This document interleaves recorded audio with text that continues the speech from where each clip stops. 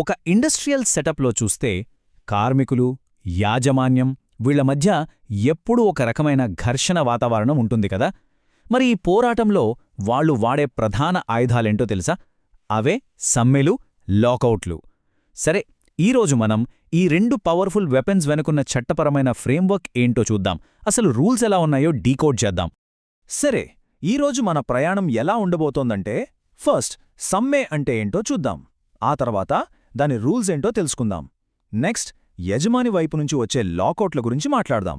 మరివి ఎప్పుడు ఇల్లీగల్ అవుతాయో కూడా చర్చిద్దాం. ఫైనల్గా చట్టాన్ని అతిక్రమిస్తే ఎదురయ్యే జరిమానాలు, పర్యవసానాలు ఏంటో పరిశీలిద్దాం. ఓకే, మన మొదటి టాపిక్ సమ్మె. అసలు సమ్మె అంటే ఏంటి? చాలామంది అనుకున్నట్టు ఇది కేవలం పని మానేయడం కాదు, అస్సలు కాదు. ఇది ఉద్యోగుల చేతిలో ఉన్న ఒక చాలా పవర్ఫుల్ ఆయుధం. మరి దాని గురించి కొంచెం లోతుగా తెలుసుకుందాం పదండి. మన ఇండస్ట్రియల్ డిస్ప్యూట్స్ యాక్ట్ 1947 ప్రకారం సమ్మెకి ఒక పక్కా లీగల్ డెఫినేషన్ ఉంది. చూశారుగా, ఇక్కడ ఏమంటున్నారు? పనిని ఆపేయడం. అయితే అది ఒక గ్రూప్ ఆఫ్ వర్క్మెన్ కలిసికట్టుగా చేయాలి.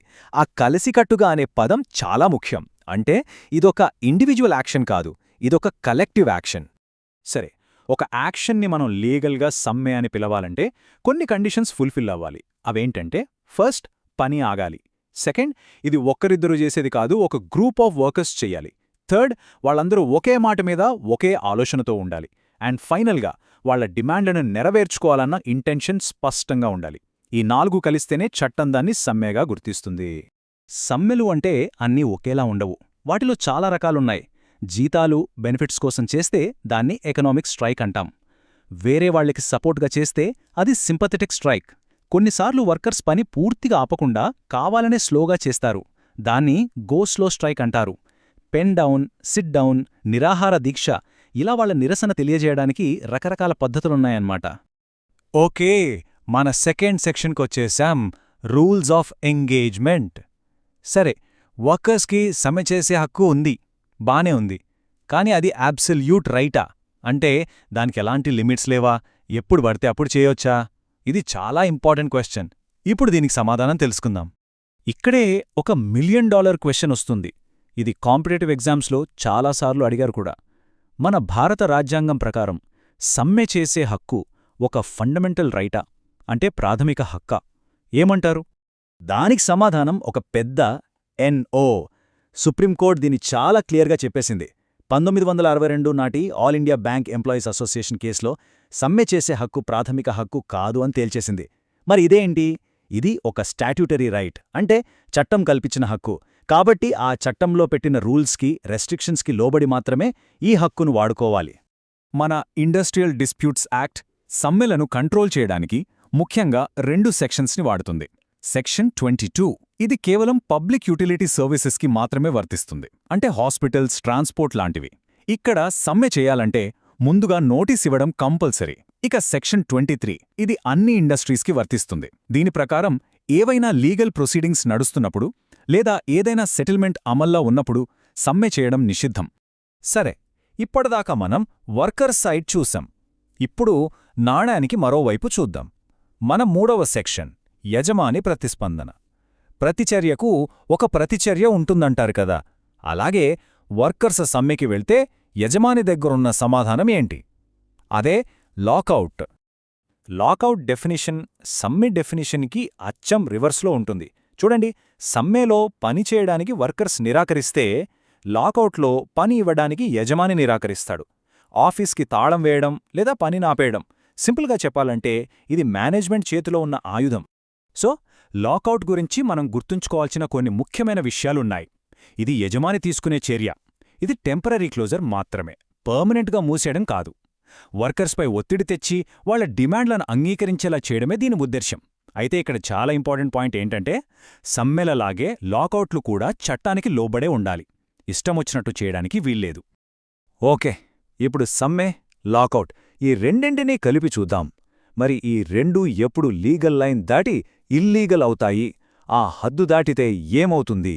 దాని పర్యవసానాలు ఎలా ఉంటాయి? తెలుసుకుందాం. ఒక సమ్మె లేదా లాకౌట్ ఇల్లీగల్ అని ఎప్పుడూ అంటాం? సమాధానం చాలా సింపుల్. ఇందాక మనం మాట్లాడుకున్నాం కదా, పారిశ్రామిక వివాదాల చట్టంలోని సెక్షన్ 22 23, 24లో ఉన్న రూల్స్ని బ్రేక్ చేస్తే చాలు. ఆ రూల్స్ని వైలేట్ చేసి మొదలుపెట్టినా కొనసాగించినా ఆ సమ్మె లేదా లాకౌట్ ఆటోమేటిక్గా చట్టవిరుద్ధమైపోతుంది. ఇక్కడొక చాలా ఇంట్రెస్టింగ్ లీగల్ పాయింట్ ఉంది. అదే లీగల్ వర్సెస్ జస్టిఫైడ్. అంటే చట్టబద్ధమైనది వేరు, న్యాయబద్ధమైనది వేరు. ఎలాగంటే ఒక సమ్మె నోటీసిచ్చి అన్ని రూల్స్ పాటిస్తూ చేయొచ్చు, అప్పుడది లీగల్. కానీ వాళ్ళడిగే డిమాండ్లు చాలా అసంబద్ధంగా, అన్యాయంగా ఉంటే కోర్టు దాన్ని అన్జస్టిఫైడ్ అంటుంది. సో ఒక సమ్మె లీగల్ అయినా అన్జస్టిఫైడ్ అవ్వొచ్చు. కాని గుర్తుంచుకోండి, ఒక సమ్మె ఇల్లీగల్ అయితే అది ఎప్పటికీ జస్టిఫైడ్ కాదు. ఈ తేడా ఎందుకు ముఖ్యమంటే సమ్మె కాలానికి జీతాలు చెల్లించాలా వద్దా అనే నిర్ణయం దీనిపైనే ఆధారపడి ఉంటుంది. ఓకే, మన ఫైనల్ సెక్షన్కి వచ్చేశాం. పెనాల్టీలు, పర్యవసానాలు. ఒకవేళ ఎవరైనా చట్టాన్ని బ్రేక్ చేసి ఇల్లీగల్ సమ్మె లేదా లాకౌట్ చేస్తే ఏమవుతుంది? ఆ చట్టవిరుద్ధమైన పనికి వాళ్ళు చెల్లించాల్సిన మూల్యమేంటి చూద్దాం. ఇక్కడ చట్టం ఎంత బ్యాలెన్స్డ్గా ఉందో చూడండి. సెక్షన్ 26 ప్రకారం చట్టవిరుద్ధమైన సమ్మె చేసిన వర్కర్స్కి, చట్టవిరుద్ధమైన లాకౌట్ చేసిన యజమానులకి ఇద్దరికీ శిక్షలు దాదాపు ఒకేలా ఉంటాయి. 1 నెల వరకు జైలు శిక్ష పడొచ్చు, లేదా ఫైన్ వేయొచ్చు, లేదా కొన్నిసార్లు 2 విధించొచ్చు.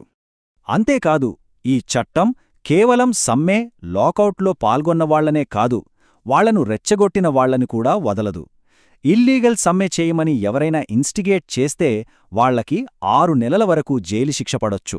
అలాగే అలాంటి ఇల్లీగల్ యాక్టివిటీస్కి తెలిసి డబ్బులిచ్చి సపోర్ట్ చేసినా అది కూడా శిక్షార్హమే.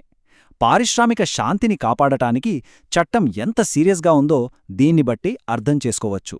సరే, మనం ఇప్పటిదాకా చర్చించుకున్నదంతా ఒక్కసారి క్విక్గా రివైజ్ చేద్దాం. ఈ టేబుల్ చూస్తే సమ్మెకి, లాకౌట్కి మధ్య ఉన్న తేడాలు చాలా క్లియర్గా అర్థమవుతాయి. ఎవరు చేస్తారు, ఏం చేస్తారు, ఎందుకు చేస్తారు? ఈ 3 ప్రశ్నలకు ఇక్కడ సింపుల్గా సమాధానముంది. ఎగ్జామ్స్ కోసం గుర్తుపెట్టుకోవడానికి ఇది చాలా ఉపయోగపడుతుంది. సరే, ఈ మొత్తం విశ్లేషణను మనమొక ఆలోచింపజేసే ప్రశ్నతో ముగిద్దాం. ఈ చట్టం యొక్క అసలు లక్ష్యమేంటి? పారిశ్రామిక శాంతిని కాపాడటం. మరి అలాంటప్పుడు ఒకవైపు వర్కర్స్ చేతిలో సమ్మె అనే ఆయుధం, మరోవైపు యజమాని చేతిలో లాకౌట్ అనే ఆయుధం. ఈ రెండింటినీ చట్టం ఎలా బ్యాలెన్స్ చేయగలదు? ఒకరికి అన్యాయం జరగకుండా, ఇంకొకరికి ఎక్కువ పవరివ్వకుండా ఈ బ్యాలెన్స్ సాధించడం ఎంతవరకు సాధ్యం? నిజానికి ఇదే ఈ చట్టం ముందున్న అతి పెద్ద సవాలు. దీని గురించి కాస్త ఆలోచించండి.